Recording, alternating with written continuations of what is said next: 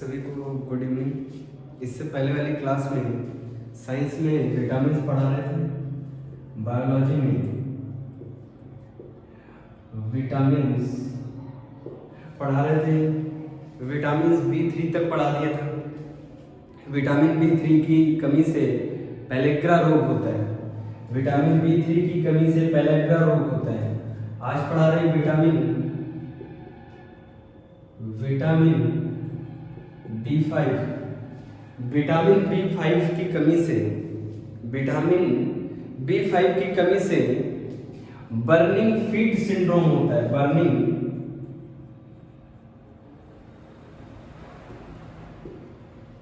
Burning feet syndrome.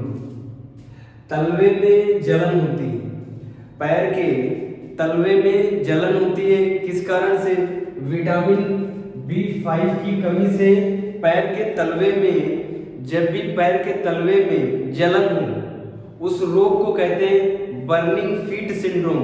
और किस कारण से होता है? विटामिन B5 की कमी से होता है। फिर देख लेते हैं दूसरा रोग है बालों का झड़ना। बालों का झड़ना भी किसके कारण से? विटामिन B5 की कमी से, विटामिन B6 की कमी से, विटामिन B7 की कमी से बाल झड़ते हैं। बाल क्या झड़ते हैं? जो बाल में पीछे हेयर फॉलिकल होता है, बाल के पीछे जो हेयर फॉलिकल होता है सबसे लास्ट में, ये कमजोर हो जाता है। ये कमजोर हो जाता है तो बाल झड़ने लगते हैं। किस कारण से हेयर फॉलिकल कमजोर होते हैं? हेयर फॉलिकल किस कारण से कमजोर होते हैं? विटामिन B5 की कमी से हेयर फॉलिकल कमजोर हो जाते हैं और बाल झड़ने लगते हैं और लोग गंजे हो जाते हैं। किसके कारण? विटामिन B5 की कमी से। बर्निंग फीट सिंड्रोम भी विटामिन B5 की कमी से होता है। फिर क्या कर सकते हैं? स्रोत क्या क्या है? कैसे बालों के बाल अगर झड़ रहे हैं तो कैसे बचाया जा सकता है? स्रोत डेयरी प्रोडक्ट में milk, curds etc. All dairy products have rich of vitamin B5.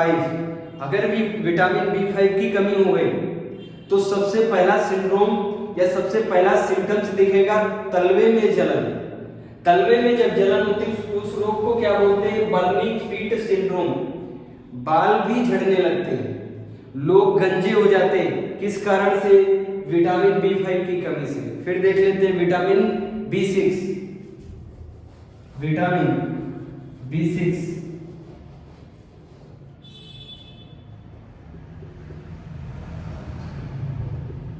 फिर याद रखना विटामिन B और केवल C। विटामिन B और C ही पानी में घुलनशील होते हैं। वाटर सॉल्युबल विटामिन कौन कौन से होते हैं? BC विटामिन ही पानी में घुलते हैं। बाकी के सारे विटामिन फैट में, वसा में घुलते हैं। और पढ़ क्या रहे हैं? B complex. B के अंदर भी कई सारे विटामिन होते हैं।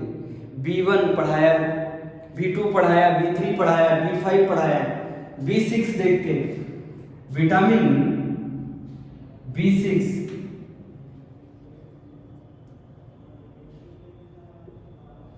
विटामिन B6 का रासायनिक नाम है पैराडॉक्सिन। रासायनिक नाम या फिर लिख सकते हैं केमिकल नेम क्या है? पैराडॉक्सिन। विटामिन B6 को पैराडॉक्सिन नाम से भी बुलाया जाता है। कार्य क्या होता है? प्रोटीन के उपापचय में सहायक कार्य। शरीर में विटामिन B6 क्या करता है? शरीर में विटामिन B6 क्या करता है? लिख लेते हैं कार्य में प्रोटीन के उपापचय, उपापचय को इंग्लिश में कहते हैं मेटाबॉलिज्म। मेटाबॉलिज्म प्रोटीन के उपापचय में सहायक प्रोटीन विटामिन B6, अन्य नाम दूसरे नाम से भी बुलाया जाता है पैराडॉक्सिन। काम क्या है? प्रोटीन के उपापचय में सहायक होता है। अगर विटामिन B6 की कमी हो गई, अगर विटामिन B6 की कमी हो गई तो वो इंसान दुबला दिखेगा। कैसे? प्रोटीन का उपापचय प्रॉपरली नहीं होगा। कार्य क्या है प्रोटीन का उपापचय? Metabolism of protein. जब प्रोटीन का उपापचय ही नहीं होगा, प्रोटीन काम क्या करता है? ग्रोथ एंड डेवलपमेंट का काम करता है। तो वो बच्चा या वो लड़का या वो इंसान बिल्कुल दुबला पतला दिखेगा, एकदम डंडी जैसे दिखेगा। किस कारण से? विटामिन B6 की कमी से। फिर एक बार रिपीट करते हैं, विटामिन B6 का दूसरा नाम है पैराडॉक्सिन। प्रोटीन का उपापचय कराता है, मेटाबॉलिज्म ऑफ प्रोटीन कराता है। अगर शरीर में प्रोटीन बननी बंद हो जाए या फिर कम बने तो ग्रोथ एंड डेवलपमेंट रुक जाएगा। ग्रोथ एंड डेवलपमेंट रुक जाएगा। और कई बार आपने सुना है जिम वाले प्रोटीन वगैरह ज्यादा लेते हैं, किस लिए? मसल्स डेवलपमेंट के लिए। जब प्रोटीन की कमी होगी, किस कारण से कमी होगी?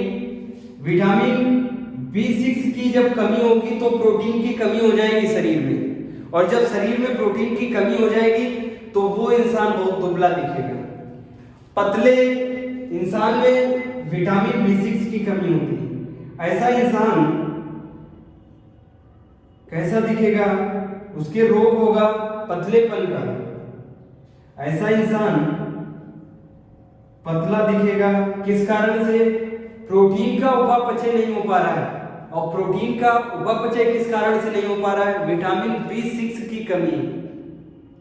विटामिन B6 की कमी से शरीर का वजन बहुत कम होता है। शरीर का वजन कम होगा और इंसान पतला दिखेगा। शरीर का वजन कम होगा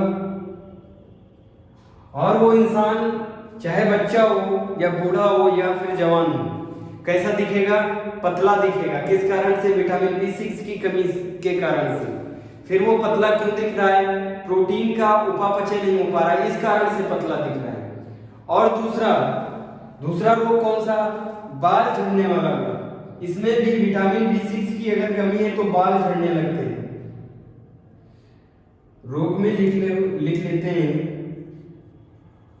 बालों का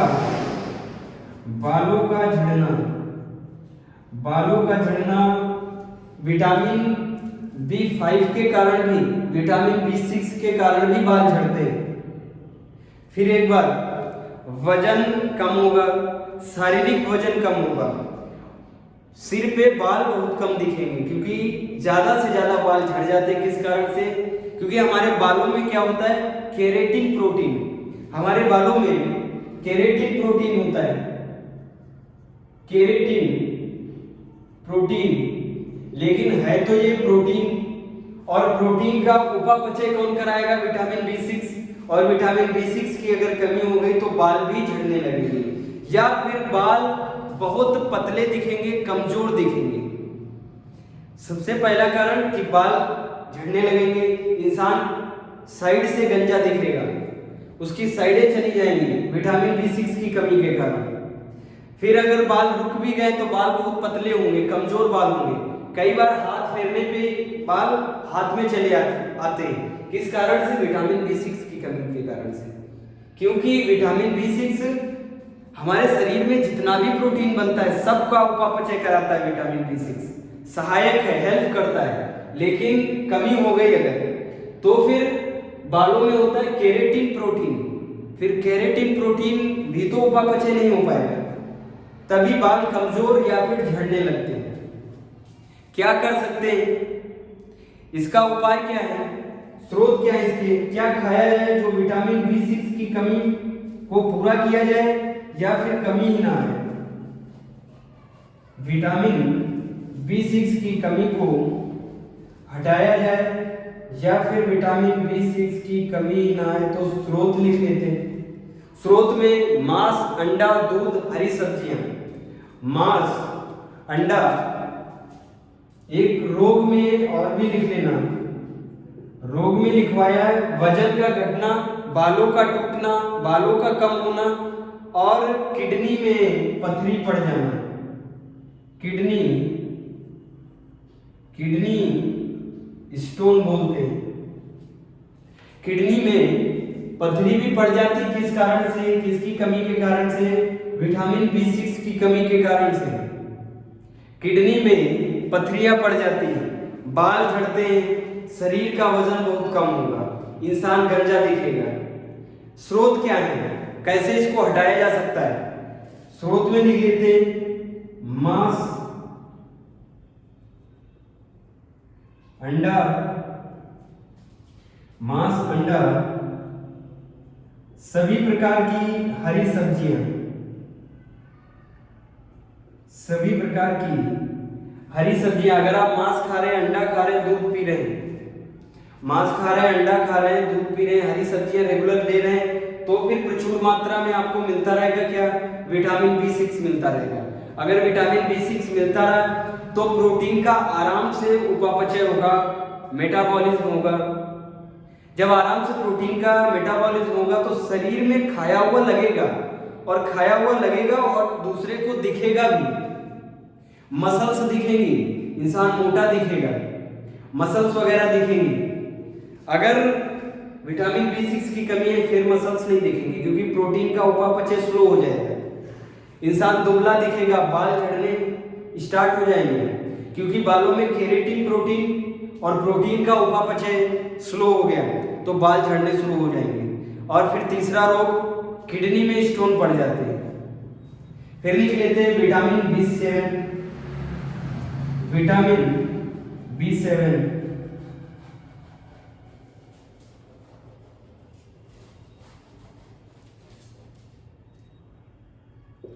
विटामिन B7। विटामिन B7 को अन्य नाम से या फिर रासायनिक नाम से, केमिकल नेम बोलते हैं, बायोटिन कहते हैं। कई बार एग्जाम में पूछा गया है, अन्य नाम लिखा हो या फिर रासायनिक नाम, एक ही बात है, रासायनिक नाम या फिर इंग्लिश में लिखा हो chemical name. Chemical name vitamin B7 का होता है बायोटिन, बायोटिन स्टार लगा देते हैं। बायोटिन नाम होता है विटामिन B7 का। कार्य क्या होते हैं हमने बताया, विटामिन B6 प्रोटीन का उपापचय करता है, मेटाबॉलिज्म ऑफ प्रोटीन करता है। फिर एक बार विटामिन बी देख लेते हैं। विटामिन बी का अन्य नाम है बायोटिन, और बायोटिन का कार्य क्या है, कार्बोहाइड्रेट, प्रोटीन, फैट तीनों का उपापचय कराता है। कार्बोहाइड्रेट,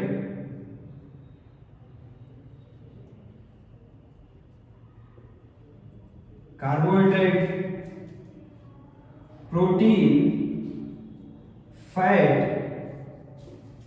तीनों का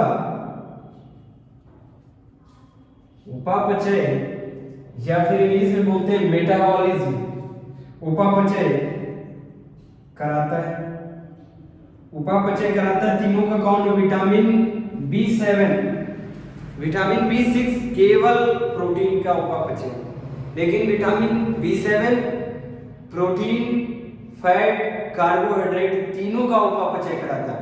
अगर कमी हो गई, अगर विटामिन B7 की कमी हो गई, फिर एक रोग हो जाता है, स्किन का रोग उसको कहते हैं, खाल का रोग कहते हैं, और बायोलॉजी में उसको बोला जाता है डर्मेटाइटिस रोग हो जाता है विटामिन B7 की कमी से।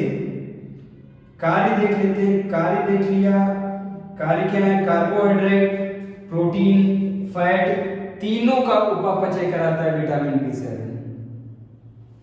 कमी अगर हो गई, विटामिन B7 शरीर में कम हो गया या फिर बनना स्लो हो गया, विटामिन B7 की कमी हो गई, तो एक प्रकार का एक रोग होता है, उसको बोलते हैं skin disease. Skin disease Hindi में बोलते हैं चर्म रोग। चर्म रोग, और बायोलॉजी में या फिर डॉक्टर्स बोलते हैं क्या इसको,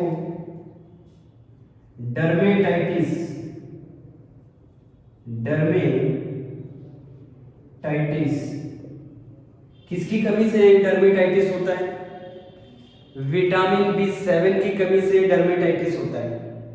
त्वचा में संक्रमण हो जाता है, स्किन डिसीज हो जाता है, उसको क्या बोलते हैं? डर्मेटाइटिस, विटामिन B7 की कमी से।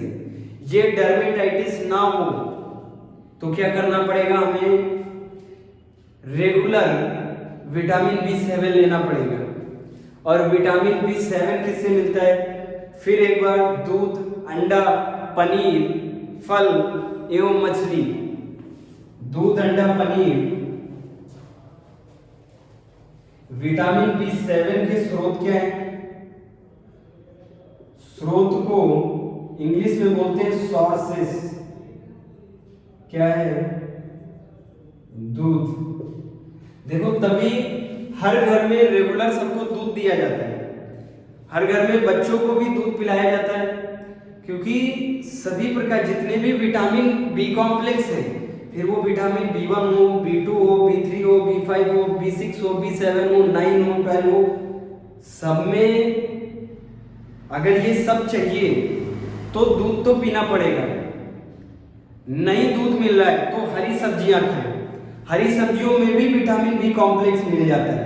फिर हरी सब्जियों का भी जुगाड़ नहीं है तो फिर 1-2 दिन बाद या 3 दिन के बाद, 4 दिन के बाद अंडा खाएं। किसमें मिलता? दूध, अंडा, पनीर, फल, पीले फल, पके हुए फलों में भी विटामिन B7 पाया जाता है। मछली में पाया जाता है। अगर आप मांसाहारी नहीं है, मछली नहीं खा सकते, मछली जो नहीं खाना चाहता मछली, वो तो फल खा सकता है, पनीर खा सकता है, दूध पी सकता है। जिसको अंडा नहीं पसंद, मछली नहीं पसंद, वो दूध से काम चला सकता है, फल खा सकता है, मछली खा सकता है। विटामिन B7 की कमी नहीं होगी, और जब कमी नहीं होगी तो डर्मेटाइटिस रोग नहीं होगा। त्वचा का संक्रमण वाला ये रोग है, खतरनाक होता है।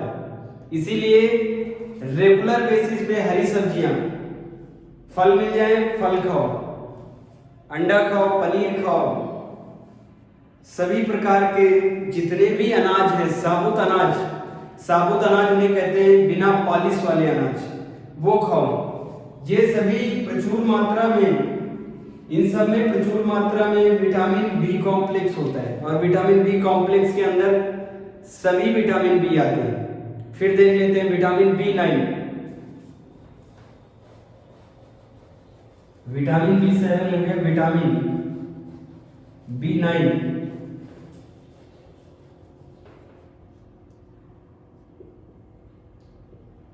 विटामिन B9 का रासायनिक नाम है, अन्य नाम है इसका फॉलिकल एसिड। कई बार एग्जाम में पूछा गया है, फॉलिकल एसिड किस विटामिन को कहते हैं? विटामिन B9 को फॉलिकल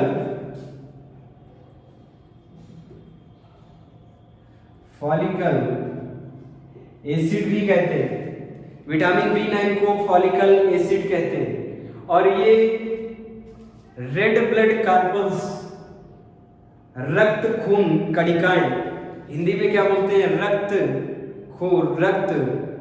खून कणिकाएं, लाल रक्त कणिकाएं, हिंदी में लाल रक्त कणिकाएं, और इंग्लिश में रेड ब्लड कार्पल्स।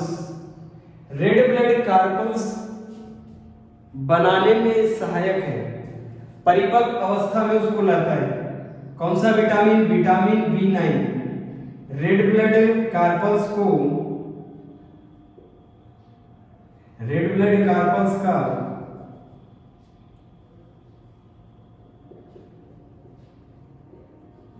निर्माण कराने में सहायक। फिर अगर रेड ब्लड कार्पल्स ना बने, अगर लाल रक्त कणिकाएं शरीर में ना बने, तो फिर कौन सा रोग हो जाता है? एनीमिया रोग हो जाता है। कार्य लिख लिया, कार्य क्या है? यही है कार्य। रेड ब्लड कार्पल्स का निर्माण कराता है कौन? Vitamin B9। अगर कमी हो जाए, विटामिन B9 की कमी हो जाए, फिर रेड ब्लड कार्पल्स उतने मैच्योर या फिर उतने नहीं बन पाएंगे। जब उतने रेड ब्लड कार्पल्स नहीं बन पाते या फिर उतने मैच्योर नहीं होते, तो एक रोग हो जाता है, एक डिसीज हो जाता है जिसको बोलते हैं, बड़ा फेमस है, अनीमिया। अनीमिया रोग। इसमें ब्लड नहीं बन पाता है, ब्लड की लगातार कमी होती जाती है और फिर मुंह में छाले निकल आते हैं, मुंह में छाले पड़ जाते हैं। एक और रोग देख लेते हैं, मुंह में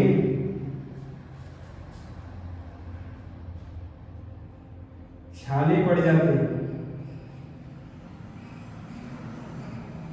मुंह में छाले पड़ जाते हैं, रेड या व्हाइट कलर के छोटे छोटे छाले दिखेंगे मुंह में। फिर कमी किसकी है? विटामिन B9 की कमी है। रक्त की कमी हो जाएगी। जब आप ब्लड की जांच कराएंगे तो रक्त बहुत कम निकलेगा।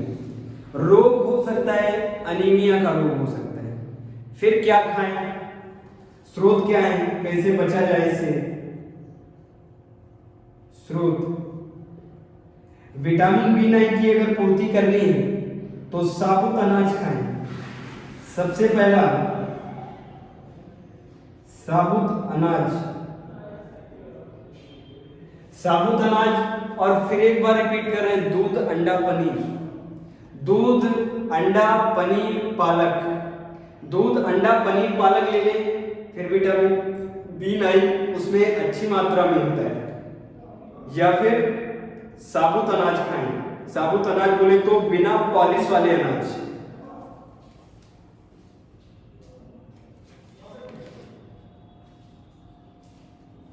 विटामिन B9 कंप्लीट हुआ। विटामिन B12,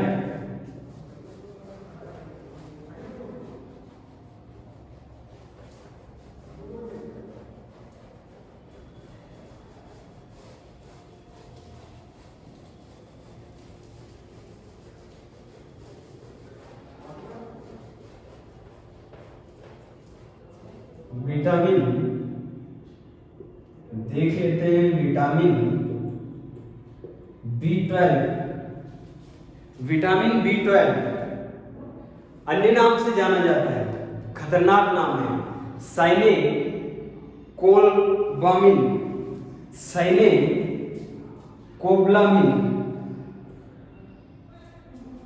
अन्य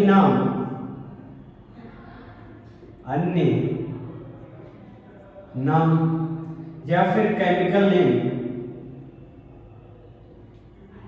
बुक्स आप जब पढ़ेंगे, जब NCERT देखेंगे तो उसमें रासायनिक नाम लिखा हुआ है, केमिकल नेम लिखा हुआ है। केमिकल नेम विटामिन B12 का बहुत खास है। इसको बोलते क्या है? साइनेकोबालामिन।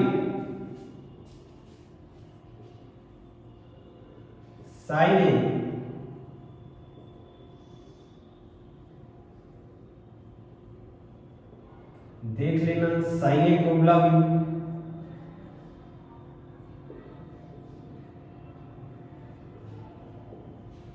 साइनेकोबालामिन भी कहा जाता है, विटामिन B12 भी कहा जाता है। इस विटामिन में कोबाल्ट पाया जाता है, इसीलिए इसको ब्लू विटामिन कहते हैं। मोस्ट इंपॉर्टेंट, इस विटामिन में हम बात कर रहे हैं विटामिन B12 की। इस विटामिन में कोबाल्ट पाया जाता है,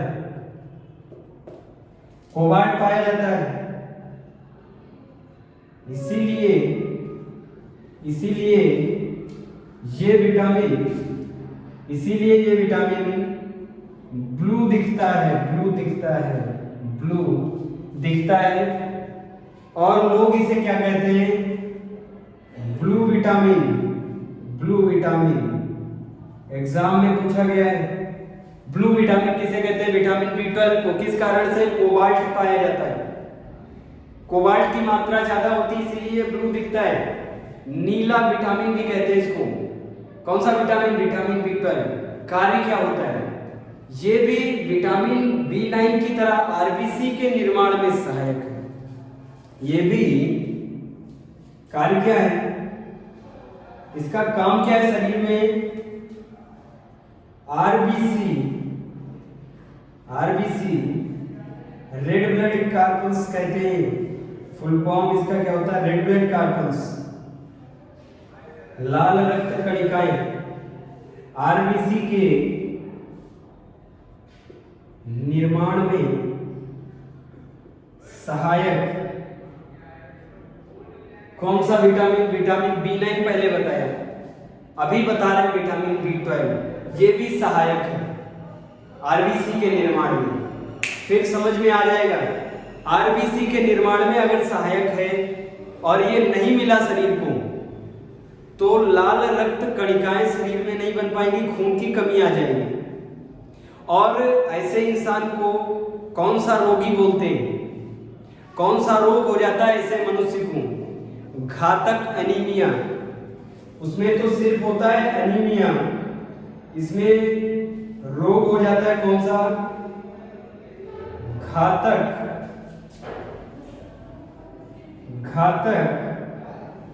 एनीमिया। घातक एनीमिया किसके कारण? विटामिन B12 की कमी के कारण घातक एनीमिया हो जाता है। फिर इंसान मर भी सकता है और कई सारी डेथ भी हुई है विटामिन B12 की कमी के कारण, जिसमें घातक एनीमिया हो जाता है। रोग कौन सा? फैटल एनीमिया, या फिर हिंदी में बोलते हैं घातक एनीमिया। विटामिन B12 अन्य नाम भी बता दिया। ब्लू दिखता है, नीला विटामिन कहते हैं। क्या काम है शरीर में इसका? आरबीसी का निर्माण कराता है। कौन सा? विटामिन B12 कराता है, सहायक है आरबीसी के निर्माण में सहायक है। कौन? Vitamin B12 B9। Vitamin B9 की अगर कमी हुई तो एकदम नॉर्मल एनीमिया होगा, साधारण एनीमिया होगा। अगर विटामिन B12 की कमी हो गई तो विटामिन B12 की कमी के कारण घातक एनीमिया होता है। ऐसे में लोग मर भी जाते हैं। ऐसा होने पे लोगों की डेथ भी हो जाती है। फिर ऐसा क्या करें जो घातक एनीमिया ना हो? फिर ऐसा क्या करें जो घातक एनीमिया से बच जाए? तो स्रोत लिख लेते हैं, सोर्सेस।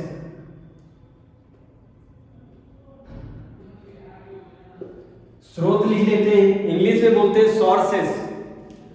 सोर्सेस होते क्या? फिर वही सोर्सेस, अंडा,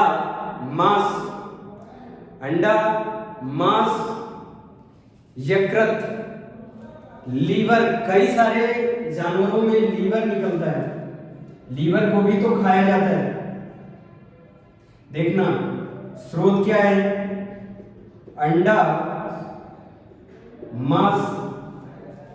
अंडा मांस अगर खा रहे रेगुलर, ना रेगुलर तो हफ्ते में 3 दिन में अगर अंडा मांस का सेवन कर रहे हैं, फिर विटामिन B12 की कमी नहीं होगी। फिर लिख लेना मछली का लीवर,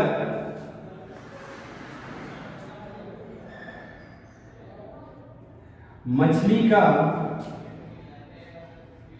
लीवर को बोलते हैं हिंदी में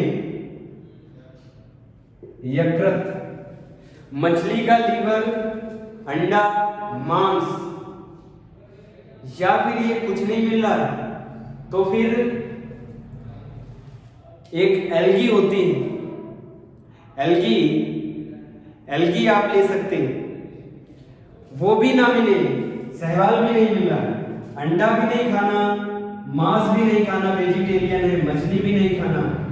फिर सुन लेना, इसमें बहुत इंपॉर्टेंट है, कई बार एग्जाम में पूछा गया है कि बारिश के पानी से कौन सा विटामिन मिलता है? Rain water.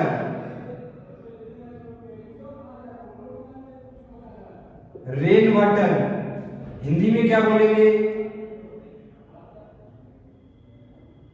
बारिश का पानी। अगर आप बारिश के पानी में नहा रहे हैं और थोड़ा बारिश का पानी मुंह में चला गया या फिर बारिश का पानी थोड़ा पी लिया, विटामिन B12 की कमी दूर हो जाएगी। विटामिन B12 अच्छी मात्रा में होता है किसमें? बारिश के पानी में। पूछा गया कौन सा विटामिन बारिश के पानी में होता है? रेन वाटर विटामिन भी इसको कहते हैं। विटामिन B12 को रेन वाटर विटामिन भी कहते हैं, बारिश का पानी वाला विटामिन। सभी बी कॉम्प्लेक्स हो गए, जितने भी विटामिन बी कॉम्प्लेक्स हैं सभी हो गए। अभी कौन सा विटामिन पानी में घुलने वाला? पानी में दो ही विटामिन बोलते हैं, पहला बी और दूसरा सी। पहला हमने निपटा दिया बी, अब किसकी बारी है? सी। Vitamin C.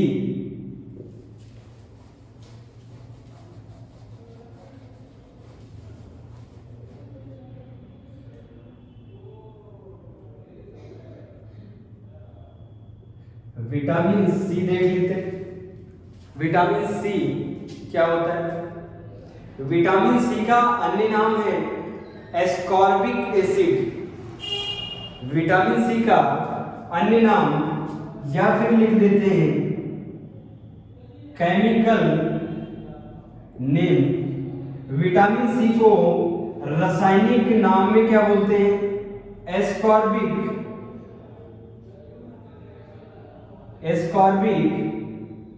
Acid. Ascorbic acid बोलते हैं, एंटी स्कर्वी विटामिन भी बोलते हैं। अभी समझ में आएगा। Anti scurvy vitamin. Anti scurvy vitamin किसको बोलते हैं? Vitamin C.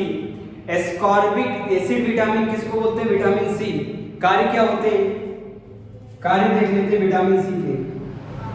फिर इससे पहले लिख देते हैं विटामिन सी पानी में घुल जाता है। पानी में घुल जाता है, केवल दो ही ऐसे विटामिन है जो पानी में घुल जाते हैं, विटामिन बी और विटामिन सी। विटामिन बी तो निपटा दिया, विटामिन सी की बारी है।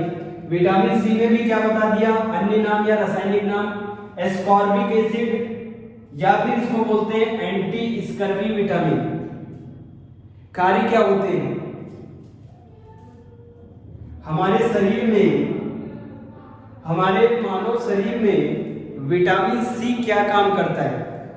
दांत और मसूड़ों का डेवलपमेंट करता है। दांत और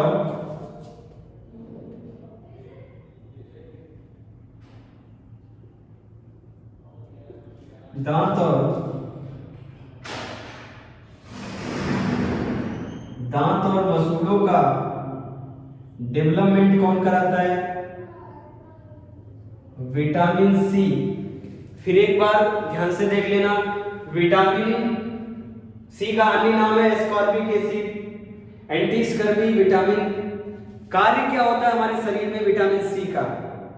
विटामिन सी का कार्य दांतों की वृद्धि कराता है, दांतों को स्ट्रांग रखता है। कौन? Vitamin C. और खास बात मसूड़ों को स्ट्रांग रखता है। दांत मसूड़ों पे जड़े होते हैं, दांत पल्प के द्वारा मसूड़ों में जड़े होते हैं। दांत को भी मजबूत करता है और मसूड़ों को भी मजबूत करता है विटामिन सी। फिर विटामिन सी इंटरेस्टिंग हो गया कि मिलता कहां से? विटामिन सी मिलता कहां से? सभी खट्टे फल, जितनी भी खट्टी चीजें हैं, लिख देते हैं स्रोत। सभी खट्टे फल, सबने खाया नींबू। नींबू में प्रचुर मात्रा में विटामिन सी होता है और विटामिन सी दांत और मसूड़ों के डेवलपमेंट के लिए अच्छा माना जाता है। फिर अगर विटामिन सी की कमी हो गई, आप खट्टी चीजें नहीं खाते, नहीं पसंद है खट्टी चीजें, अपने दैनिक जीवन में, अपने मानव जीवन में विटामिन सी मिलता है खट्टे फलों से, लेकिन तुम्हारे अंदर खट्टे फल खाने की इच्छा नहीं है, कभी नहीं खाते खट्टे फल, नींबू नहीं खाते, या फिर कई सारे खट्टे फल होते हैं, नहीं खाते खट्टे फल, आ जाएगी विटामिन सी की कमी। अगर विटामिन सी की कमी हो गई, विटामिन सी की कमी से क्या होता है, कौन सा रोग होगा विटामिन सी की कमी से? बड़ा फेमस रोग है, इस रोग को कहते हैं स्कर्वी रोग। कई बार एग्जाम में पूछा गया है स्कर्वी रोग किसके कारण होता है? स्कर्वी डिसीज, विटामिन सी के कमी के कारण स्कर्वी रोग होता है, इसीलिए तो इसका नाम देखो क्या है, एंटी स्कर्वी विटामिन। स्कर्वी रोग में क्या हो जाता है, शरीर में अगर स्कर्वी रोग हो गया तो क्या होगा, दांत खोखले होने लगते हैं और मसूड़े कमजोर हो जाती हैं, मसूड़ों से ब्लड आने लगता है। स्कर्वी रोग में क्या होता है, मसूड़ों से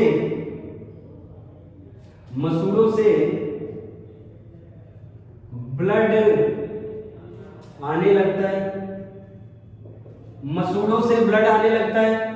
कई बार अपने जीवन में देखा होगा मसूड़ों से ब्लड आने लगता है, फिर हम किसके पास जाते हैं, डेंटिस्ट के पास जाते हैं, बीडीएस डॉक्टर के पास जाते हैं, फिर वो दवा में ही विटामिन सी, कई सारी दवाएं हैं उसमें देगा कौन सा विटामिन सी देगा, और कहेगा घर पे जाओ खट्टे फलों का सेवन करो, जितनी भी खट्टी चीजें हैं जैसे नींबू, संतरा, आंवला, स्रोत में लिख सकते हैं नींबू,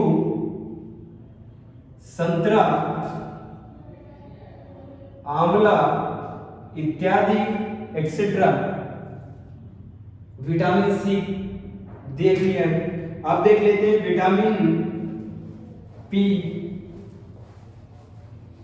विटामिन पी भी होता है,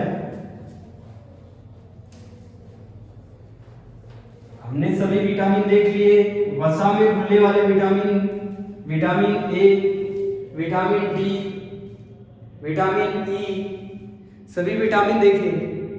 जल में घुलने वाले विटामिन केवल 2, विटामिन बी, विटामिन सी भी देख लिया। फिर लास्ट में एक विटामिन बचता है जो जाना जाता है विटामिन पी के नाम से, विटामिन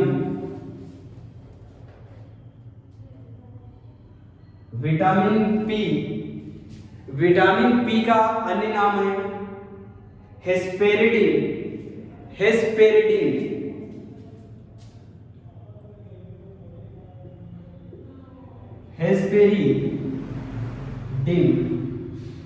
हेस्पेरिडिन विटामिन पी को कहते हैं। कहां से मिलता है हेस्पेरिडिन? जहां से विटामिन सी मिलता है वहीं से मिलता है हेस्पेरिडिन। खट्टे फलों में विटामिन पी होता है, खट्टे फलों में विटामिन पी होता है, और ये हमारे शरीर में क्या करता है, रक्त नलिकाओं को, जो रक्त नलिकाएं होती है हमारे शरीर में, 2 प्रकार की रक्त नलिकाएं होती हैं। पहली रक्त नलिका को कहते हैं वेन और दूसरे को कहते हैं आर्टरी।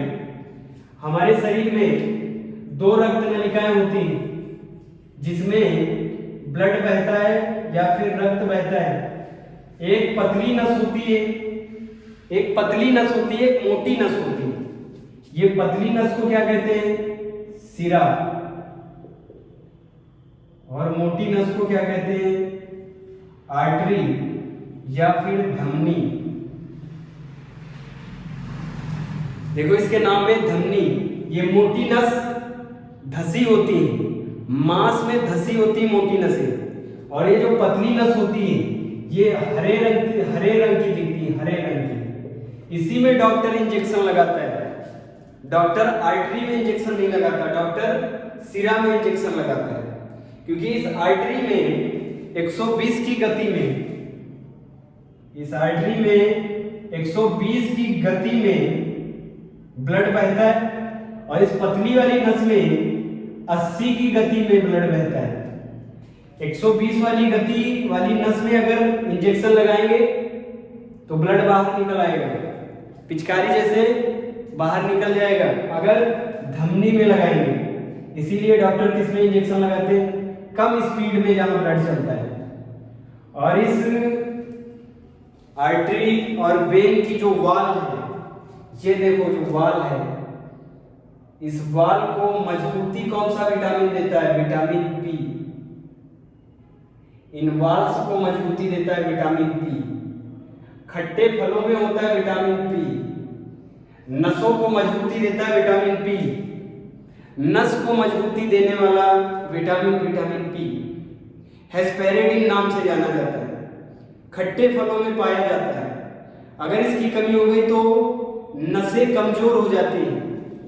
नसें कमजोर हो जाती, कई बार इतनी नस कमजोर हो जाती कि अपने आप ही फट जाती है। कई बार नसें मांस के अंदर, खाल के अंदर अपने आप फट जाती है, ब्लीडिंग होने लगती है। किसके कारण? विटामिन पी की कमी के कारण। अभी सारे विटामिन कंप्लीट हो गए, सारे विटामिन कंप्लीट हो गए। अब नेक्स्ट क्लास में मिनरल्स बचेंगे। हमने कहा था हम कुछ भी खाएंगे मिलेगा क्या? Carbohydrate, protein, fat, vitamin, minerals मिलेंगे, लवण मिलेंगे। अब हमने कार्बोहाइड्रेट देख लिया, फैट, प्रोटीन देख लिया, फैट देख लिया, विटामिन भी निपटा दिया पूरा। बचा क्या है? मिनरल बचे। नेक्स्ट क्लास में मिनरल्स पढ़ाएंगे। हम जब खाना खाते हैं तो कुछ मिनरल्स ज्यादा मात्रा में चाहिए होते हैं। ज्यादा मात्रा में बोले तो 0.1 ग्राम चाहिए होते हैं पर डे। 0.1 ग्राम चाहिए होते हैं। जैसे phosphorus, sulphur, calcium, potassium, magnesium, chlorine ज्यादा मात्रा में चाहिए होते हैं। कुछ ऐसे भी मिनरल्स हैं जो कम मात्रा में चाहिए होते हैं। तो कितने? 0.01 ग्राम, 0.01 ग्राम पर डे। जैसे iron, copper, manganese, zinc, iron, copper, manganese, zinc, iodine, cobalt, fluorine, ये सब कम मात्रा में चाहिए होते हैं। इसीलिए जो कम मात्रा में चाहिए होते हैं उन मिनरल्स को कहते हैं सूक्ष्म मात्रिक तत्व। सूक्ष्म मात्रिक तत्व। और जो ज्यादा मात्रा में चाहिए, कितनी मात्रा में? 0.1 ग्राम हर दिन। 0.1 ग्राम ऐसे मिनरल्स को कहते हैं दीर्घ मात्रिक तत्व, दीर्घ मात्रिक पोषक तत्व। ये कौन से हैं? Phosphorus, sulphur, potassium, calcium, magnesium, sodium, chlorine. ये नेक्स्ट क्लास में पढ़ाएंगे। नेक्स्ट क्लास में ही बताएंगे बैलेंस डाइट, हिंदी में बोलते हैं संतुलित भोजन।